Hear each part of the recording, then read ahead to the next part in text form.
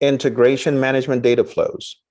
Integration management starts off with the develop project charter process.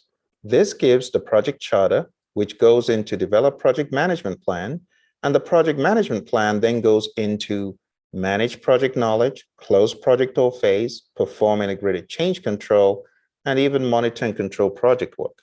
Now, there is a feedback loop that I want to show you, which goes from monitor and control project work, and it goes into perform integrated change control.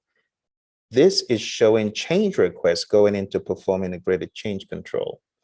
At the same time, we also see a feedback loop between monitor and control project work and perform integrated change control, in that we have work performance reports going from monitor and control project work again to perform integrated change control. We also see approved change requests coming out of perform integrated change control and going back into direct and manage project work in cases where approved change requests need to be carried out. We also see deliverables, a very important output, as an input to manage project knowledge from direct and manage project work. We can also see that manage project knowledge will have a lessons learned register output, which becomes part of project documents. We can also see a very important loop of change log coming out of perform integrated change control. The change log is distributed in various parts of project management. We also have an issue log. The issue log comes out of the direct and manage project work process, and it goes into, as you can see, close project or phase, and monitor and control project work. This is the lower level of understanding that is needed for absolute PMBOK guide mastery. Now, while you don't need to memorize this or cram it for your exam, just understanding the flow of events from develop project charter all the way on down to close project or phase is very important. You might not have caught it, but this also shows you that the project charter is an input to close project or phase, because success criteria of the project is in the project charter. I hope you found this to be useful. Share with your friends. Don't forget to hit like and subscribe so that you are aware of more videos when they are released on this channel. All the very best, and bye for now. Scope management data flows. Previous processes in the PMBOK guide before project scope management are relevant to scope management. For example, the project management plan comes out of develop project management plan and goes into plan scope management. The same with the project charter, it's an input to plan scope management. But there are also other associations that we need to take notice of. You can see the develop project management plan process again gives validate scope and control scope the project management plan. Project management plan also goes to collect requirements and define scope and create WBS. We can see that there's a feedback loop from collect requirements, in that we have requirements documentation going to define scope. We can see requirements documentation also going to create WBS and validate scope for obvious reasons. We have the requirements traceability matrix going into validate scope so that the customer can check against that. And we also have the same RTM going into control scope so that the project manager can ensure that whatever is being done maps back to the requirements. We can see that direct and managed project work gives work performance data to the processes in monitoring and controlling, which are validate scope and control scope. We can also see that there's a feedback loop of work performance information going from validate scope and control scope into monitor and control project work. We can also see change requests going into perform integrated change control from validate scope and control scope. And we can also see accepted deliverables, a very important step, going into close project or phase. I hope you enjoy this breakdown of the flows in scope management. If you need the book where all of this is broken down visually, you can go on down to Praizion.com or look for the link below and you'll be able to get it. Don't forget to hit like, subscribe, and share with your friends, and I'll see you in the next video. Bye for now. Welcome to Schedule Management Data Flows. Let's take a look and identify the flows in schedule management. Now, Develop Project Management Plan gives the project management plan as an output, and that goes to plan schedule management. Now, be aware that the project management plan goes to a number of places in scheduling. In fact, it goes everywhere. It goes to define activities, sequence activities, estimate activity durations, and develop schedule. We have a very important feedback loop of the scope baseline coming from create WBS and going to define activities. We also have some interactivity of the activity list, activity attributes, and milestone list going to estimate activity durations. We can also see this flowing into sequence activities. We can see activity attributes in particular going into sequence activities and estimate activity resources. We can see the activity list also going to estimate activity resources. And we can see in particular the activity list and activity attributes going into develop schedule. Going further, we can see the project schedule network diagrams coming from sequence activities and going into develop schedule. We can see the resource breakdown structure, which is needed in estimating activity durations, along with the resource requirements. Remember, based on the requirements, we know how long an activity will take. We can also see resource requirements going into develop schedule, and we can see the activity duration estimates coming from estimate activity durations and going to develop schedule. Schedule data and the project schedule are outputs of develop schedule that go to control schedule. The project management plan also goes to control schedule for obvious reasons. Now, work performance information will come out of control schedule and go into monitor and control project work. Work performance data will need to feed control schedule from direct and managed project work. One more thing of importance is that the schedule forecast from control schedule will go into the monitor and control project work process. From there, we get work performance reports as an output of monitor and control project work. Also very important here is the output of the project schedule, which feeds plan resource management because we need to understand the schedule in order to effectively plan resources. And that concludes our review of project schedule management. Remember, hit the like button, subscribe, share with your friends, and you will be notified when next one of these data flow videos is uploaded.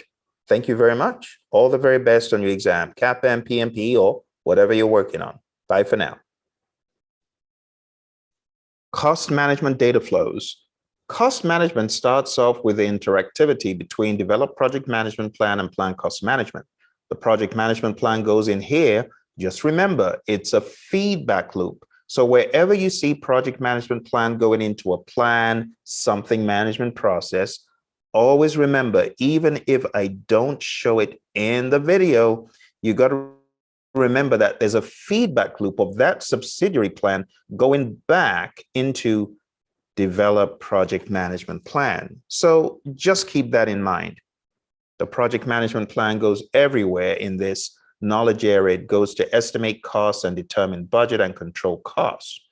Now, there are feedback loops of the cost baseline going back into develop project management plan. We have cost estimates, basis of estimates coming out of estimate cost and going into determine budget. We also have a feedback loop of project funding requirements, which are the funding requirements for the project in total and also periodically going into control costs so we can ensure that these budgets are being adhered to. We have a feedback loop of direct and managed project work given work performance data that goes into control costs. And from control costs, we have work performance information and cost forecast that goes into monitor and control project work. We have change requests coming out of control costs and going into perform integrated change control. If you haven't already noticed, all change requests go into perform integrated change control. We also have agreements coming out of conduct procurements theoretically and going into determine budget. And that concludes our review of the project cost management data flows. If this has been of help to you, don't forget to hit that like button, subscribe, share with your friends, and in that way, you'll be notified whenever there's another video of the data flows. All the very best on your PMP or CAPM. And if you're looking for the book that contains all these flows and more, look for the link below. Bye for now. Quality management data flows.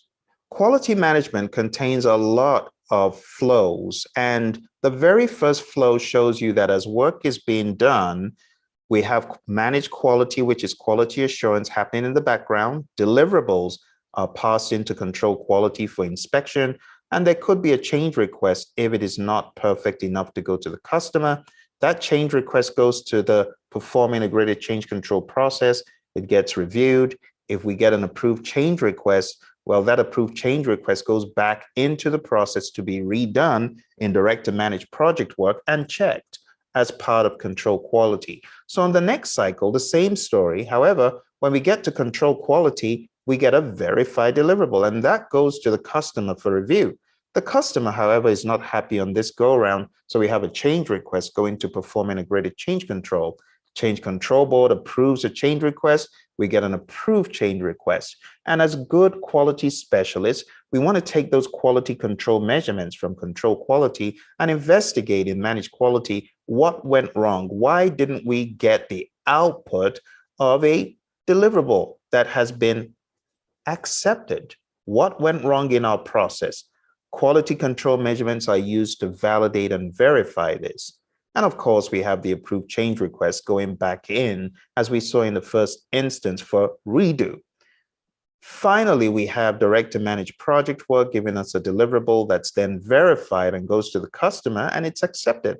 It goes to close project or phase. We get a final product, service, or result transition. And the summary of this is the result is transitioned to the customer, and the customer is happy. That closes out this first look. Now, going deeper into quality management, you understand that there's a feedback loop of the project management plan going into the quality management plan, and a very important feedback loop of the stakeholder register from identified stakeholders. And that's because your stakeholders are the people you're working the product for. So we have the stakeholders being considered as we're planning quality management, because quality is perceptual. You need to include them.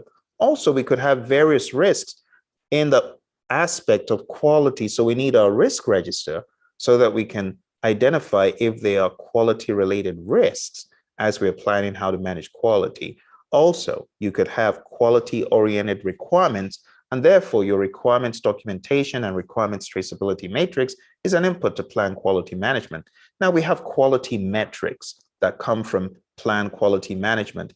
These quality metrics are going to be useful in managed quality, because in managed quality, we're doing quality control measurement reviews. We have our quality control measurements going in, so we need to know which metrics we're using.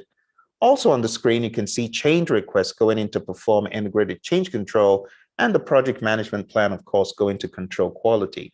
We see a feedback loop, as we saw previously, of approved change requests. These go into direct and manage project work, and they also go into control quality. There's a very important feedback loop, though, of control quality giving change requests into perform integrated change control. We also see work performance information coming from control quality and going into monitor and control project work. A very big one here going from direct to manage project work into control quality, and that's how we can actually generate work performance information in the first place. We have deliverables also going into control quality, because that's what is going to be inspected. We have quality control measurements, as I showed you previously, going from control quality into managed quality.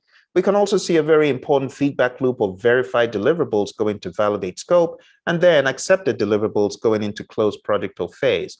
And don't forget, we also have the quality management plan as a feedback loop into developed project management plan itself. I hope you found this to be useful. You did. Make sure you hit that like button, subscribe, share with your friends, and make sure you are subscribed to be notified of when there will be another video. This time, our next video will be on resource management. Looking forward to seeing you there. Bye for now. Hello, my friends, PMPs, CAPMs in the making. Welcome to Resource Data Flows. So you've probably seen my video of the PMBOK Guide mainline, and if you haven't, Google PMBOK Guide mainline, because you can see how all of these knowledge areas come together.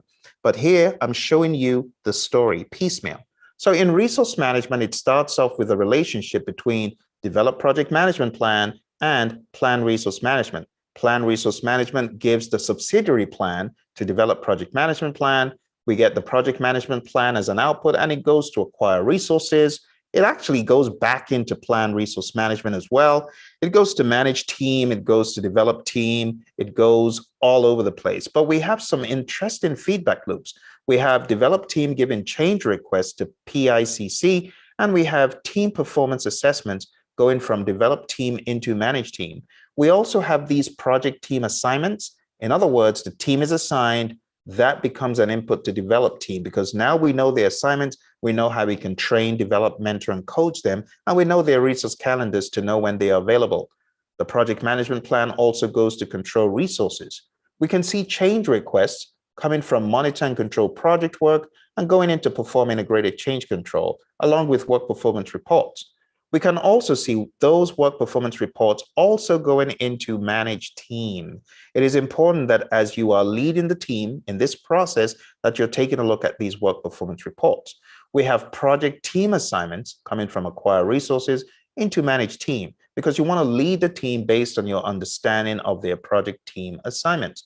We have change requests tapping into that line and going into perform integrated change control. We have the issue log coming out of direct to manage project work, going into manage team, because one of the things we do is we take a look at the issue log and we appropriately manage issues with the team as well. We can see change requests coming out of manage team, tapping into that line, going back into perform integrated change control. And we can see resource requirements coming from estimate activity resources and going into acquire resources.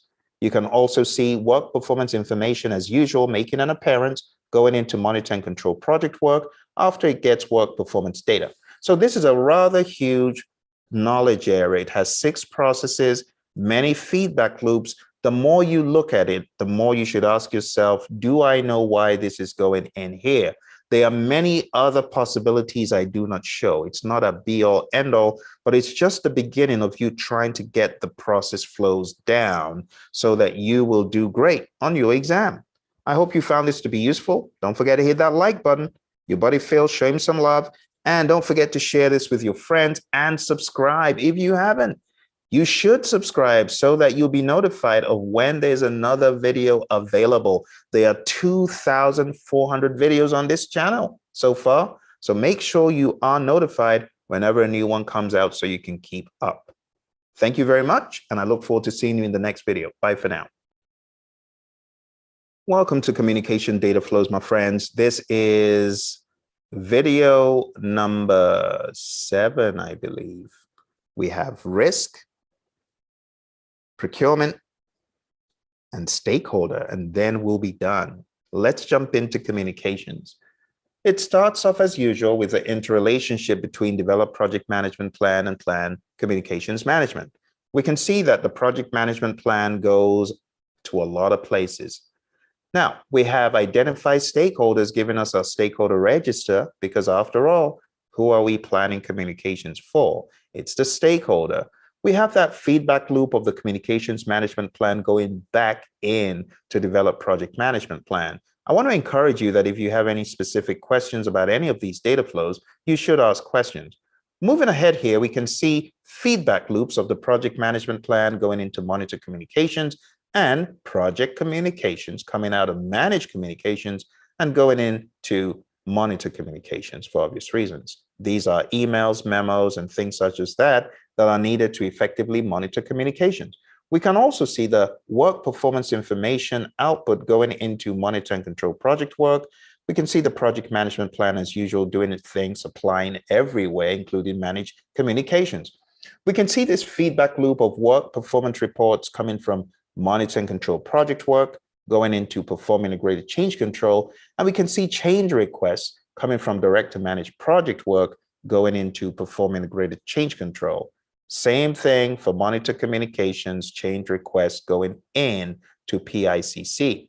We can see work performance data going into monitor communications, and that's how you're able to get work performance information. We can also see the issue log going into monitor communications, because part of monitoring communications is checking the issue log for communication associated issues. We have work performance reports coming out of monitor and control project work and go into manage communications. Now, this is very important because this is the process where your work performance reports will be distributed. So a lot of times we see work performance reports and no one's really paying attention to where they're going. But now you see it's going to manage communications. We also have that feedback loop at the end where we have that little arrow showing you the project management plan is going into monitor and control project work. That sneaky little arrow at the end, you see right there. And I hope you found this to be useful. It's one of the shorter knowledge areas. Don't forget to hit like, subscribe, share with your friends, and you'll be notified when you hit that bell icon the next time a video is available. You do not want to miss the next one. It's risk management. I look forward to seeing you in that video. Got any questions? Put them in the comments below and let me know if this stuff is helping you. Take care and bye for now. What exactly is risk management? Risk management is managing the uncertainty that could impact the project, positive or negative.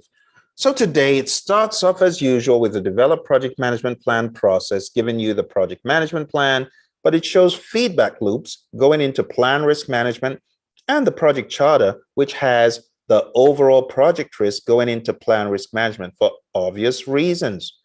We have identify stakeholders because remember, risk is perceptual, giving you the stakeholder register, and that is part of the inputs to plan risk management because you got to factor in your stakeholders when you're planning how to manage risk.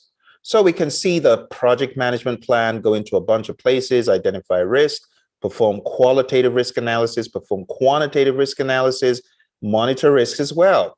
But here we're seeing some rather interesting feedback loops of the risk register going everywhere else. The moment you get a risk register from identify risk, you can see it going on down everywhere else. Let's put the little spotlight on and you can see risk register going into perform quantitative. You can see it going into plan risk responses and monitor risk. So a lot of activity happening here. You can see perform integrate change control or receive change requests from monitor risk. And then you can also see work performance reports coming from monitor and control project work as usual, going into perform integrate change control. But most importantly, same work performance reports going into monitor risk. This is one of the unique things about monitor risk. We've got WPR going in, and you'll also at some point see WPD going in. You don't see that a lot. We can see that work performance information is coming out of monitor risk. We can see that director managed project work is supplying work performance data. It's a rather unique association. WPR going in, WPI coming out, WPD going in. It's a confluence of the WPs. This is one you want to look out for. Now, not to say that this is going to appear on your PMP exam like this, but just understanding what on earth PMI was saying is extremely valuable, isn't it, for the curious ones? We can also see that feedback loop at the tail end, that sneaky little feedback loop, project management plan going into implement risk responses, and we can see the risk register going into implement risk responses. And there you have it, 1, 2, 3, 4, 5, 6, 7 processes of risk management, and each one accounted for here. Now, it's possible to show a lot more detail, but we keep it at a high level so that you can watch it short and sweet, nice and quick. But there's one more thing we need to show you.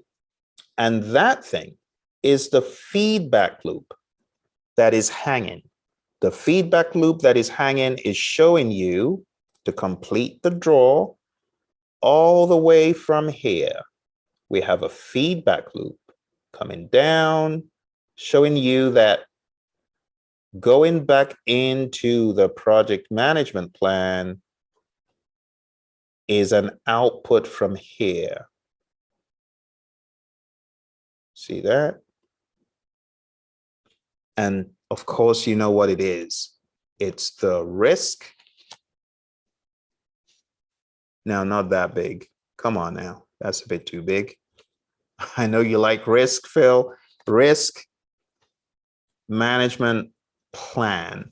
This is a very important association because a lot of folks miss the fact that the subsidiary plans go back in to the project management plan. So this captures that. We got the project management plan going into plan risk management, but at the same time, we have the output showing the risk management plan going in to develop project management plan.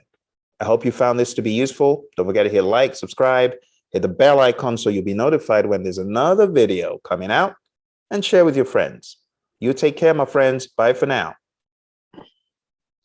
Hello, my friends. Welcome to Procurement Data Flow. Today, we are going into video number 9, taking a look at procurement. So the flow start off with planned procurement management. The buyer is sending out RFPs, RFQs, RFIs, IFBs, IFNs. These are called procurement documents. We could also call them bid documents, but they're going to potential sellers. These sellers will have questions answered at the bidders conference. The answers will generate proposals from the sellers. The sellers will send the proposals to the buyer. There will be good old, hopefully, negotiated, maybe. It really depends. If you're working with government, then it's lowest bidder, right, for a lot of those contracts. But the bottom line is that there will be proposal evaluation on the side of the buyer, and eventually a contract will be awarded. Now, that's the beginning of the dream or the nightmare in some cases. You got a dreadful vendor who is doing a horrible job. But in this case, we want to take a look at what happens under the hood. So in the world of procurement, we could have the procurement management plan, which is generated from planned procurement management, being a feedback loop. And I want to show that up front, that we could have a feedback loop coming from here and going in back into develop project management plan. And this could be our procurement management plan. But at the same time, we can see the project management plan going in to plan procurement management. So it's a rather interesting relationship. We also have the plan procurement management process giving us change requests of all things this early. Remember, you're in planning, but we have change requests going in to perform integrated change control early. That is mind-blowing for some people, but just think about it. What are you doing? You're thinking about whether you need to make or buy something. It's possible you realize, wow, we need to change the project.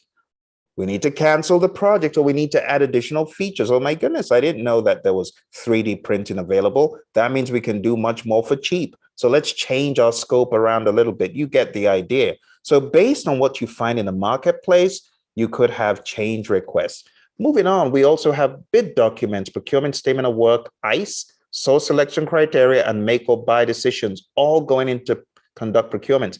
And let me also point out that planned procurement management is one of the most notorious processes. It has 7 items that are worthy of observation, that are outputs from this process. 7 unique outputs, 7 noteworthy outputs. So we're just showing you the tip of the iceberg here. There's a lot more that you need to pay attention to when it comes to planned procurement management.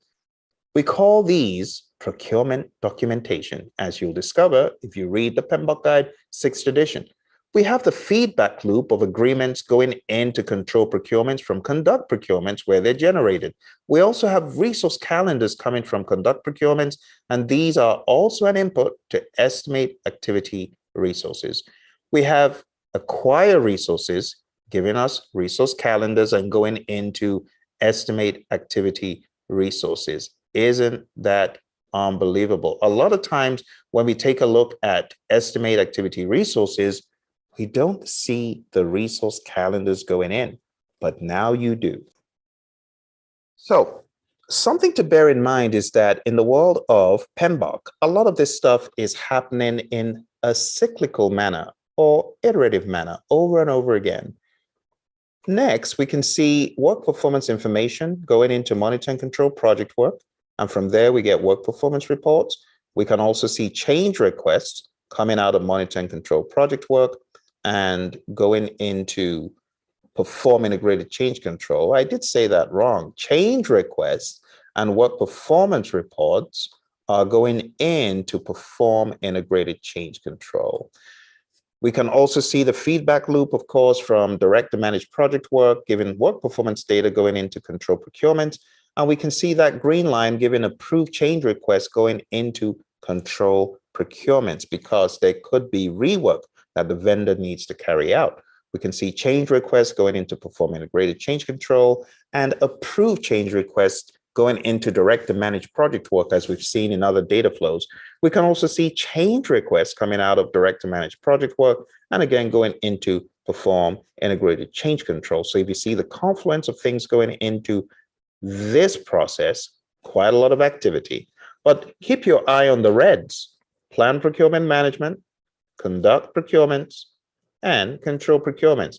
And you could see a whole lot more, but this is the top of the waves.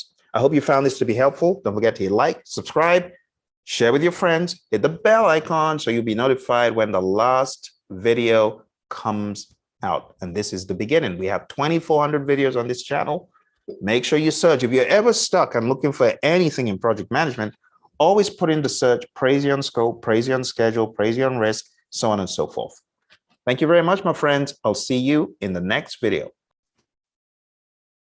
Hello, my friends, and welcome to the final video in this series of data flows in the PMBOK Guide 6th edition. If you don't have a copy of the PMBOK Guide 6th edition, highly advise you to get one because you may not be able to find one in the future. They're going out of publication, if not already.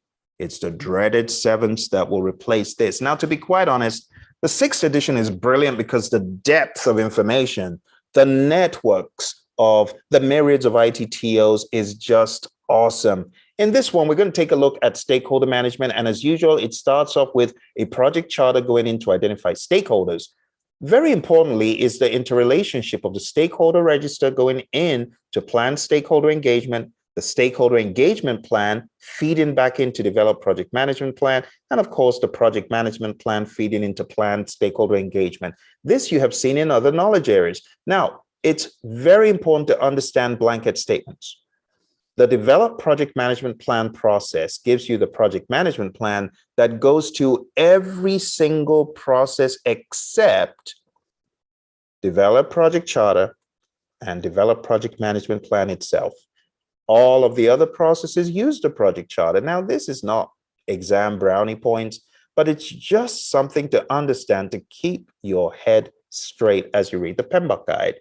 We have the feedback loop again of the project management plan going into manage stakeholder engagement and also going into monitor stakeholder engagement. We can see the change log coming from PICC going into manage stakeholder engagement because sharing the change log is a way of engaging stakeholders, especially if they put in a change request. We can see change requests coming out of monitor stakeholder engagement, going to perform integrated change control. We can see work performance information coming out of monitor stakeholder engagement and going into monitor and control project work. We can also see the big old feedback loop of work performance data coming out of direct and manage project work and going into monitor stakeholder engagement. We can also see the project management plan as usual, fueling everywhere. And I know some of you are going to have questions about this one.